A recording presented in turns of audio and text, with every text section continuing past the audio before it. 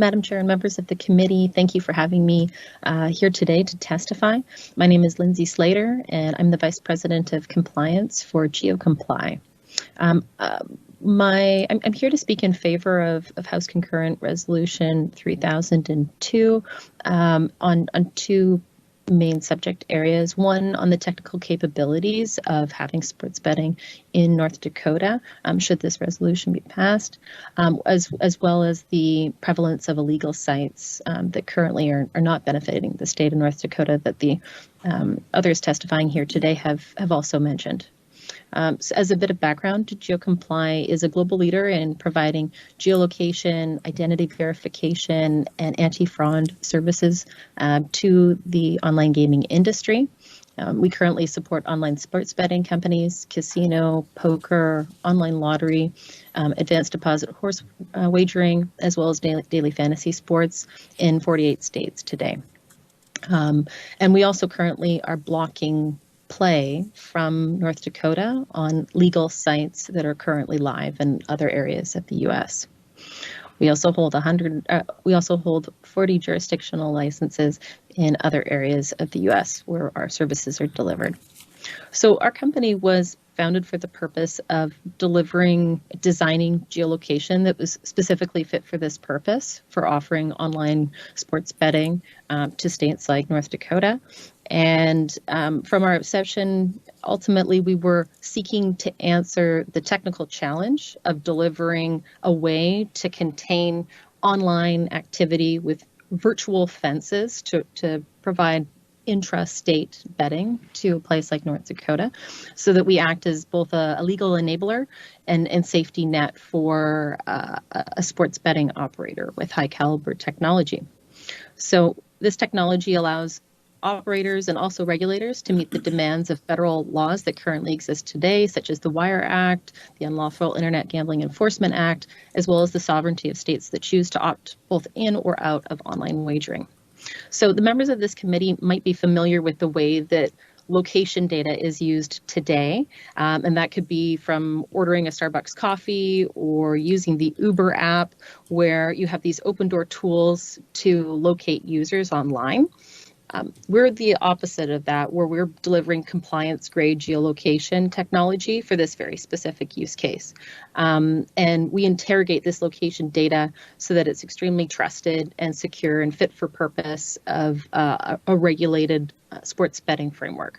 So we don't just rely on things like IP data or inaccurate ways of finding users online that was prevalent in the last couple of decades. We go much further to understand where the user is. We're also seeking out any way that someone may be able to spoof their location to pretend that they are in North Dakota when they actually are not, such as VPNs, proxies, any kind of mock location tools, fake GPS software that could be used to tamper with one's location and could ultimately call into question the integrity of this type of a regulatory model. Since you're talking about that, can I interrupt with a question quickly? Yeah, sure.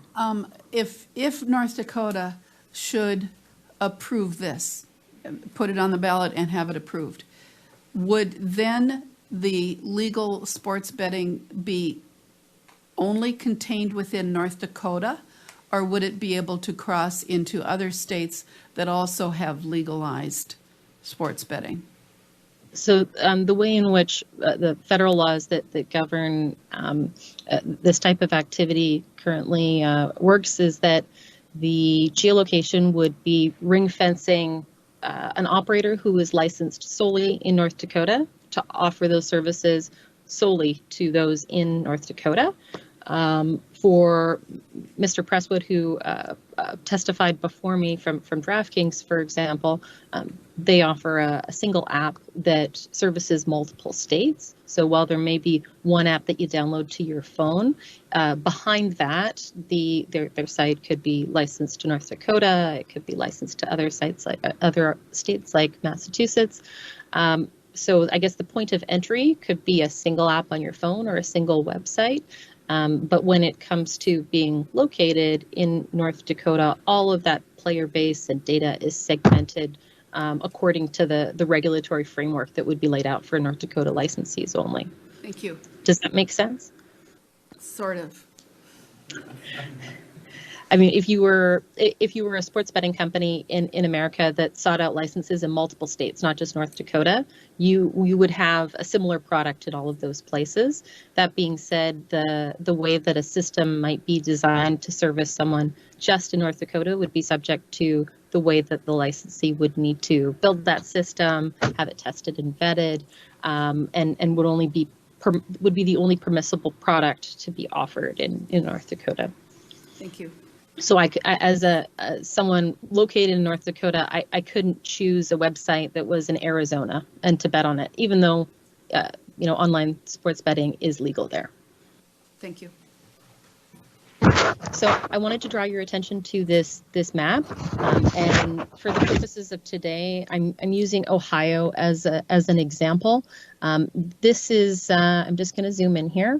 This is a live representation of GeoComply's geolocation solution today, and every single pin that you see falling is a real-time check that our system is performing to verify the location of a user. So this is what a virtual ring fencing technology looks like. And if North Dakota did eventually choose to offer legal sports betting in the state, then this is the type of model that could be used to ring fence all of its users on a phone or on a computer. So the colors signify what type of device they're on. It also signifies whether you're in the right place or not. So all of the red pins signify users that are not in Ohio and they are not eligible to play on an Ohio sports betting website. You'll still see a few red pins that are falling inside the borders of Ohio, and these are users that we've been unable to verify that they are where they're supposed to be. Maybe they're running a fake GPS software, maybe they're tampering with their location or their device, and they have not met the requirements to pass muster to place a bet. The other colors all represent users that have been verified to be in Ohio and can move on to place the bet. The white ones are iPhones and iPads. The green pins are Android phones and tablets. And then the few blue ones that you see are desktop users on PCs and Macs. And if I zoom in, maybe to the Cincinnati area, for example, you can see the level of accuracy that's used to verify and uphold those borders. And the same thing would be used in North Dakota as well. These checks are happening not at any point in time, but only when I open a sports betting app or website on my device, when I've logged in and I'm actively engaging in a betting session. So no one is being tracked when they are not playing and have consented to be in a live betting session. As I move closer to the border during an active betting session is when location checks may happen more frequently to ensure that the system will cut someone off by the time they reach that border in real time, so that no bet is placed on a North Dakota licensee's site from outside the borders of the state. And I should also mention that should North Dakota have any type of requirement in any eventual legislation that does permit online sports betting in the state, if there was ever a requirement to exclude areas such as tribal reservations or other areas where wagering should not be permitted, this technology can also ring fence out any particular area you could draw on a map to ensure that those any state compacts with tribes are upheld or any other regulatory requirements. So I also just wanted to turn your attention to the second half of my remarks today. And this comes to the supplementary document that I circulated as part of my testimony. And this talks about sports betting data, things that we know about North Dakota right now, and also the prevalence of the illegal market that has been mentioned by others testifying here today. So while GeoComply is only processing these geolocation transactions for legal online sports betting companies, we can also see any user from North Dakota that is attempting to wager on them anyways. So we're ensuring that we block their access from playing on neighboring states' sites. However, we can still see this as almost a reflection of the demand of North Dakotans that are hoping that they could still place that bet from where they are.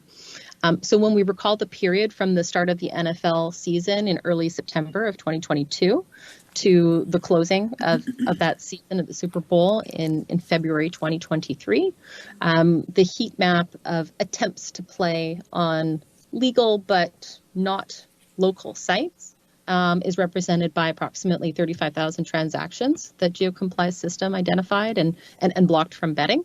This came from approximately 5,300 unique player accounts. And when we look at what that same activity looked like solely on Super Bowl Sunday of February 2023, we saw approximately 1,000 attempts to access those sites from about 250 unique player accounts. Lastly, excuse me. So those player accounts that are blocked, those are only blocked from betting in those areas where you have a contract. Is that correct? Yes. Right. So we're only able to block wagering from legal companies that engage with us to do that for them, to uphold the state and federal laws that they're seeking to comply with, and for the reasons of their licenses in other American states. So for some of this data may be a reflection of a sports betting company that we support in Illinois or in Ohio, like you saw on the map. Anybody that may be located in North Dakota but seeking to still access those, thinking I'll give it a shot, or maybe I'll try to fake my location and see if it'll let me through. This is what that traffic looks like. Thank you. And then finally, when we talk about the users that are still on the illegal market, so those are the users that we don't see on this heat map. We're not touching or playing any part of blocking their access to an illegal site. If I simply Google, how to place a bet in North Dakota right now, I get all kinds of results that come up on the internet. And they claim to be legitimate.